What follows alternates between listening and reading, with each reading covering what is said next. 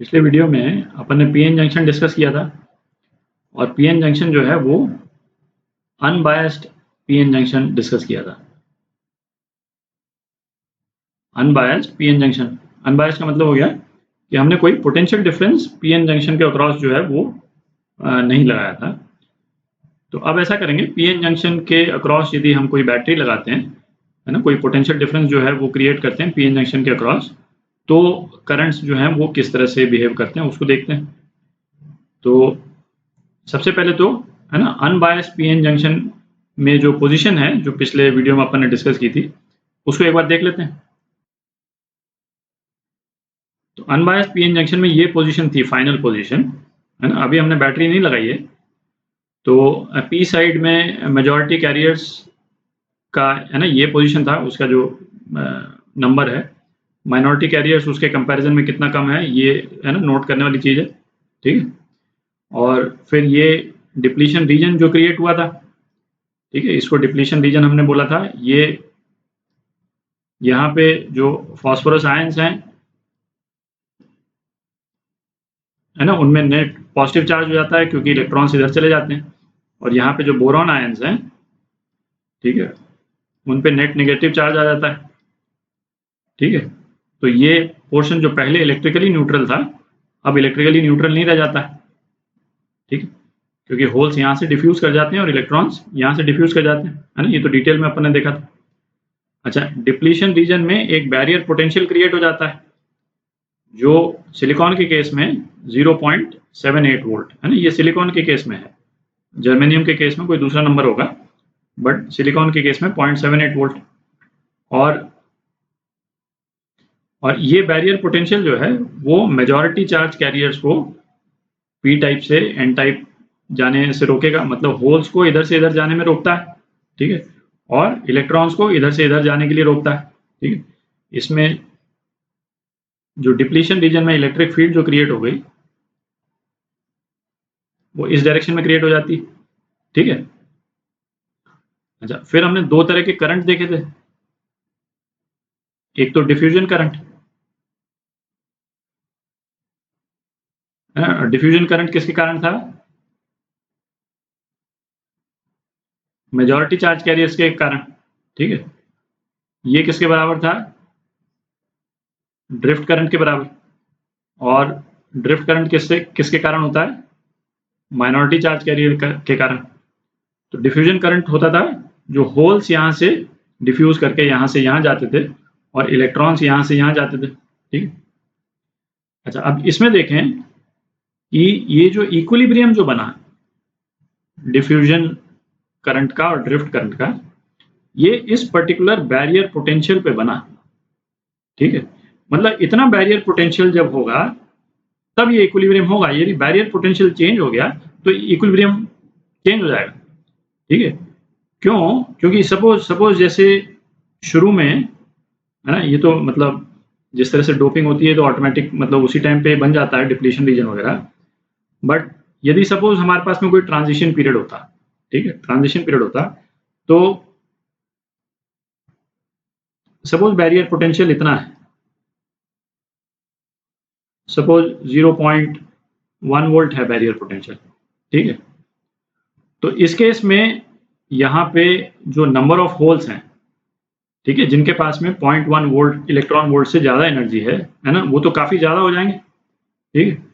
तो तो उस केस में जो डिफ्यूजन करंट है वो तो ड्रिफ्ट करंट से काफ़ी ज़्यादा हो जाएगा, दिख रहा है। मतलब आप इस चीज़ को यदि हम होल्स का या इलेक्ट्रॉन का एनर्जी डिस्ट्रीब्यूशन एक रफ यदि बनाते हैं, ठीक है, तो वो अप्रॉक्सीमेटली इस तरह का बनेगा। जैसे इस एक्सेस में हम कर देते हैं नंबर ऑफ इलेक्ट्रॉन्स या होल्स, ठीक है, और इस एक्सेस में एनर्जी, ठीक है। तो ये तो एक्सपेक्टेड है कि इस तरह के जितने एनर्जी कर्व होते हैं वो नॉर्मली बेल शेप कर्व होता है, कुछ इस टाइप का कर्व होगा। किसी एक पर्टिकुलर एनर्जी पे मैक्सिमम नंबर ऑफ इलेक्ट्रॉन्स या होल्स होंगे और यदि एनर्जी लेवल हम कम करते जाते हैं तो नंबर ऑफ इलेक्ट्रॉन्स होल्स कम होंगे, है ना, उस मैक्सिमा से, और हायर एनर्जी लेवल्स पे भी हमको कम इलेक्ट्रॉन या होल मिलेंगे। ठीक है, मतलब अप्रॉक्सीमेटली, ये बिल्कुल एग्जैक्ट नहीं होगा, बट अप्रॉक्सीमेटली हम आइडिया लगा सकते हैं कि एनर्जी और इलेक्ट्रॉन्स और होल्स का एनर्जी डिस्ट्रीब्यूशन रफली ऐसा होगा। ठीक, तो अब क्या है, जैसे बैरियर है 0.78 का, ठीक, 0.78 जो है वो यहाँ पे कहीं पे सपोज आता है 0.78 इलेक्ट्रॉन वोल्ट।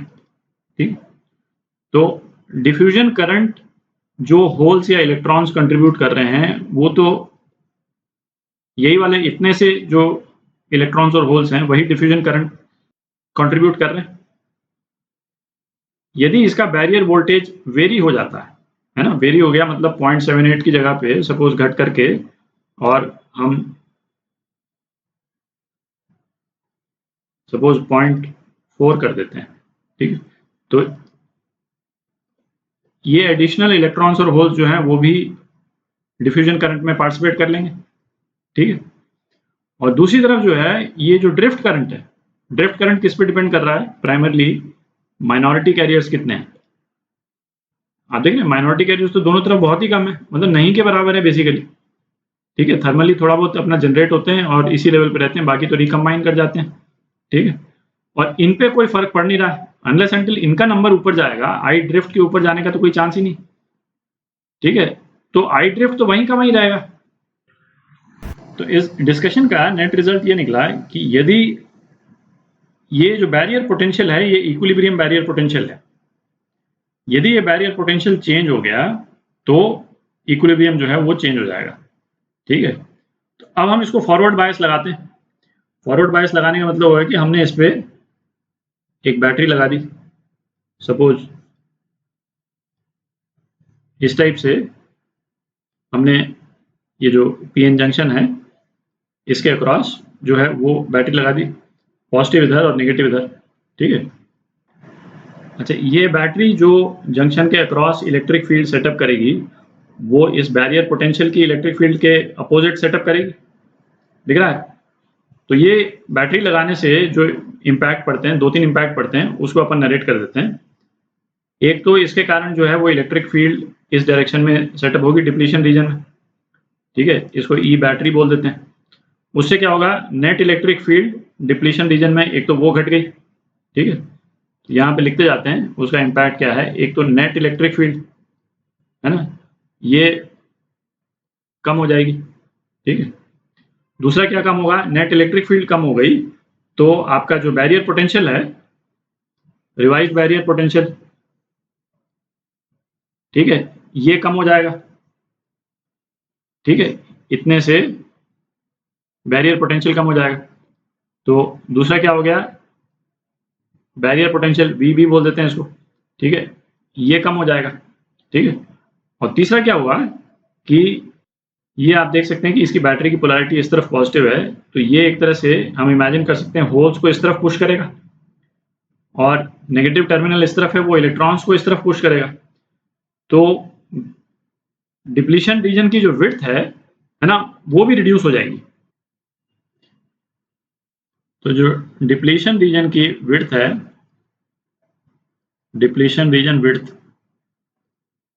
ये घट जाएगी। ठीक है, अब इसका नेट इम्पैक्ट क्या होगा कि ये तो अपन डिस्कस कर ही चुके हैं अब कि बैरियर पोटेंशियल यदि घटा तो इक्विलिब्रियम चेंज हो जाएगा, और ये जो चीज अपन डिस्कस कर चुके हैं है ना, ये ट्रू हो जाएगी, है ना। अब आई डिफ्यूजन जो है वो आई ड्रिफ्ट से कहीं ज्यादा हो जाएगा। ठीक है, अच्छा, अब क्या, सपोज हम ये एक्सटर्नल बैटरी है उसका पोटेंशियल हम बढ़ाते जाते हैं, है ना, 0.1 किया पहले, फिर 0.2 किया, और बढ़ाते बढ़ाते सपोज हम इसको 0.78 पे ले गए। ठीक है, तो ये बैरियर जो है वो बिल्कुल खत्म हो जाएगा। तो ये जो बैरियर पोटेंशियल है, बैरियर पोटेंशियल जो है वो जीरो हो जाएगा, और बैरियर पोटेंशियल जीरो होने पे जो पीएन जंक्शन के अक्रॉस जो करंट है, और मतलब ये diffusion current, basically diffusion current का जो कंपोनेंट है ना, वो एक्सपोनेंशियली इंक्रीज करता है। ठीक है, उसका ग्राफ भी अपन देखेंगे अगले नेक्स्ट वीडियो में। पर नेट इम्पैक्ट उसका ये पड़ता है। ठीक है, तो समराइज करें इसको।